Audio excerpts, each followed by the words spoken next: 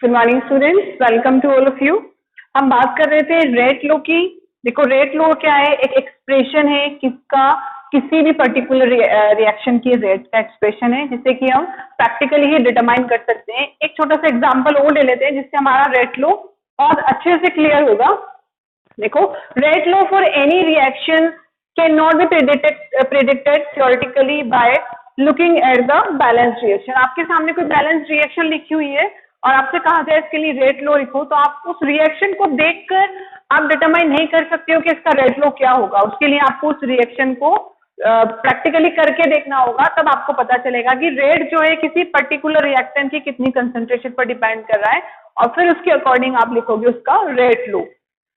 But it must be determine experimentally. आप इसको experimentally determine कर सकते हो। तो एक्सपेरिमेंट करके आप कैसे देखोगे, रेट लो कैसे लिखोगे, एग्जांपल से समझते हैं। हमारे पास कोई रिएक्शन है 2b, it is giving us product. हमसे कहा जाए इसके लिए रेट लो लिखो, रेट लो एक्सप्रेस करके बताओ, तो आप बैलेंस रिएक्शन लिखी हुई है, आप रेट लो नहीं लिख सकते जबकि आपको पता है कि रेट लो कैसे एक्सप्रेस किया जाता है।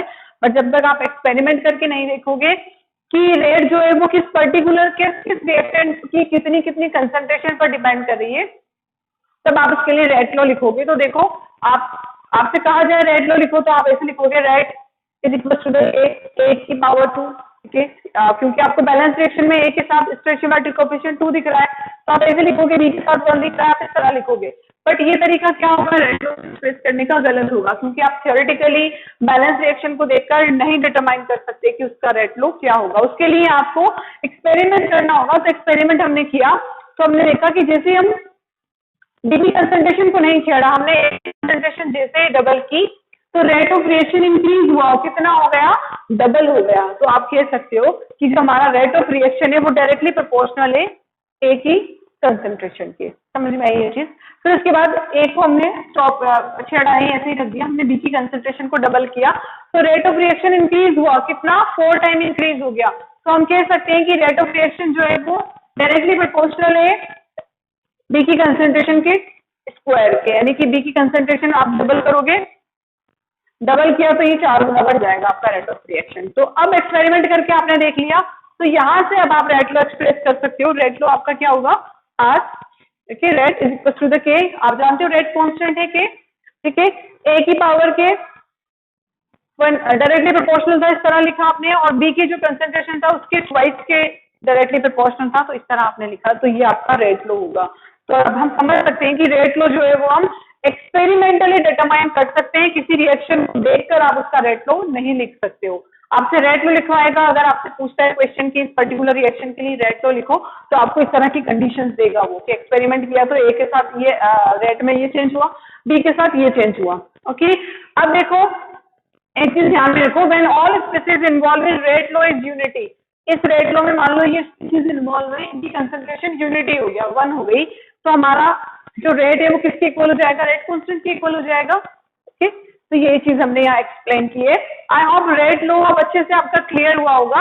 अब रेट लो हमारे लिए कहाँ जरूरी है, इस रेट लो से ही हमारा आगे वाला जो टॉपिक है ऑर्डर ऑफ रिएक्शन वो हमारा जुड़ा हुआ है।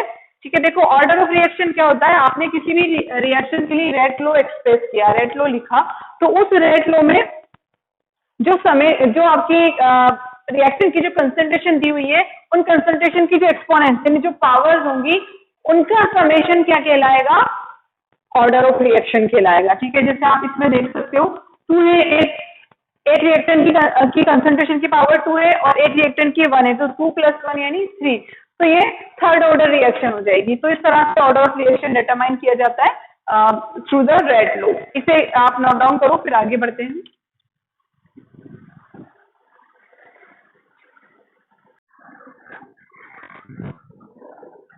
तो स्टूडेंट्स रेट लो के बाद अब हम बात करेंगे ऑर्डर ऑफ रिएक्शन की। जैसा कि मैंने आपको बताया ऑर्डर ऑफ रिएक्शन क्या होता है, रेट लो में जितनी भी जो पावर वाली टर्म होती है कंसंट्रेशन की, उनका समेशन ऑर्डर कहलाता है।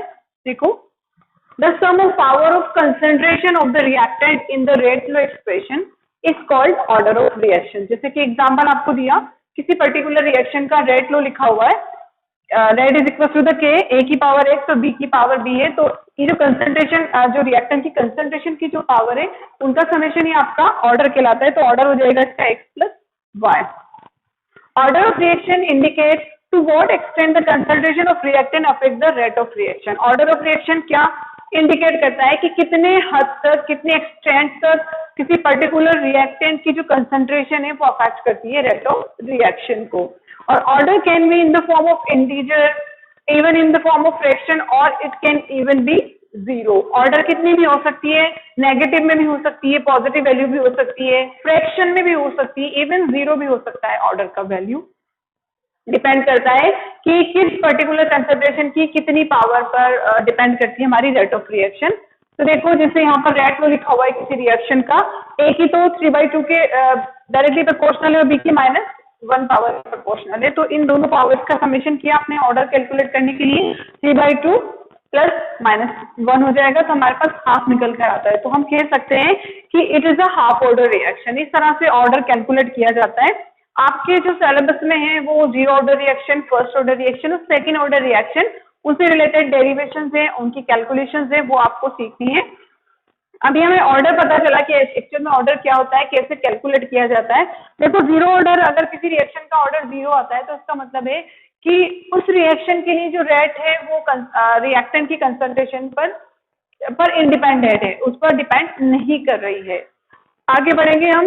यहाँ जो रेट लो, यहाँ जो आपका रेट कांस्टेंट निकल कर आया है, हर एक रिएक्शन रेट ऑफ हर तरह की ऑर्डर ऑफ रिएक्शन के लिए के की जो यूनिट है, रेट कांस्टेंट की जो यूनिट है वो डिफरेंट होती है। जीरो ऑर्डर के लिए डिफरेंट होगी, वन ऑर्डर के लिए के की वैल्यू डिफरेंट होगी और सेकंड ऑर्डर रिएक्शन के लिए डिफरेंट होगी। तो कैसे के की वैल्यू किसी पर्टिकुलर रेट ऑफ रिएक्शन के लिए डिटरमाइन की जाती है वो चीज हम सीखेंगे। आप इसको नोट डाउन करो, फिर आगे बढ़ते हैं।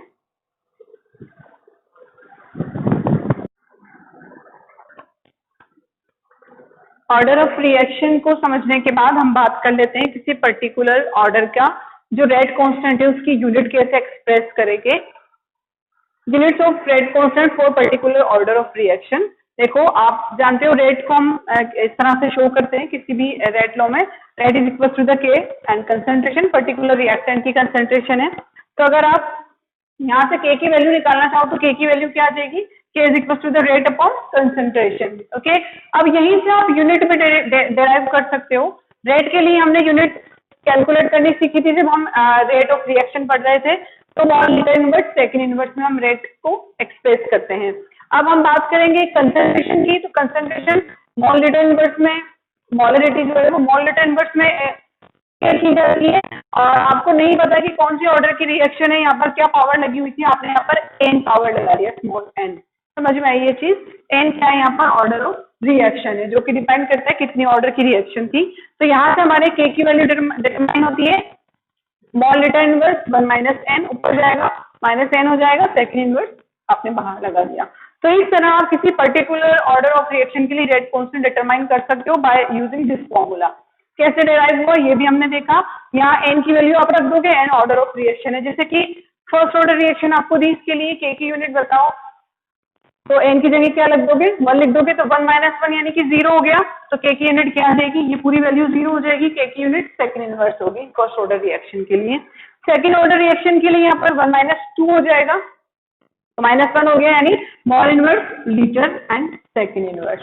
ओके, और अगर जीरो ऑर्डर रिएक्शन है तो के की यूनिट क्या हो जाएगी, यहाँ पर एन की जगह 0 लिख दोगे, 1 माइनस 0 यानी 1 ही है, तो सेम यही यूनिट आ जाएगी, small litre inverse second inverse. Okay, तो इस तरह से किसी पर्टिकुलर ऑर्डर ऑफ रिएक्शन के लिए रेट कांस्टेंट जो इसकी वैल्यू डिटरमाइन की जाती है। आपको एग्जाम में कोई भी आपको ऑर्डर ऑफ रिएक्शन दे देंगे कि ये 3/4 ऑर्डर ऑफ रिएक्शन है, ये -2 ऑर्डर ऑफ रिएक्शन है, ये थर्ड ऑर्डर ऑफ रिएक्शन है, बताओ इसकी यूनिट, इसके जो रेट कांस्टेंट इसकी यूनिट क्या होगी। तो आप इस फॉर्मूला से डिराइव कर सकते हो। फॉर्मूला कैसे आया वो भी हमने देखा है। तो ये सारा जो है रेट लो और ऑर्डर ऑफ रिएक्शन का जो आइडिया है हमारा यहाँ क्लियर होता है। अब आगे जो हम बात करेंगे वो हमारी पर्टिकुलर ऑर्डर ऑफ रिएक्शन, उनसे रिलेटेड डेरिवेटिव और कैसे कैलकुलेट की जाती है, zero order reaction, first order reaction, second order reaction, उनकी डिटेल हम पढ़ेंगे। तो आज के लिए इतना काफी है। आई होप आपका ये कंसेप्ट क्लियर हुआ होगा। नेक्स्ट वीडियो में हम बात करेंगे ऑर्डर ऑफ रिएक्शन की डिटेल से। Thanks for watching.